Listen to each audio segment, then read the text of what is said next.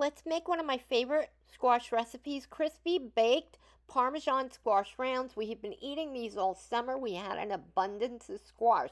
I have made every recipe under the sun. This one is for sure our favorite. Slice them between 1/4 of an inch to 1/8 of an inch. The thinner they are, the crispier they will be. We like them extra crispy. Get them lined up on a cheap baking pan that's been lined with tin foil, sprayed with canola spray. I'm doing 2 full trays because you will want to eat a lot.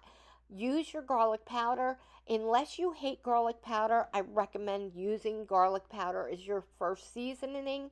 Season it well. This seasoning, you can use whatever is your favorite. I love this Kinder's brown sugar rub. It is so good on vegetables, but you can use all seasoning. I have a nice truffle seasoning one, whatever you want.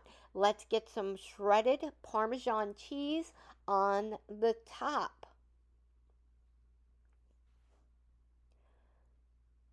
You want to do a decent amount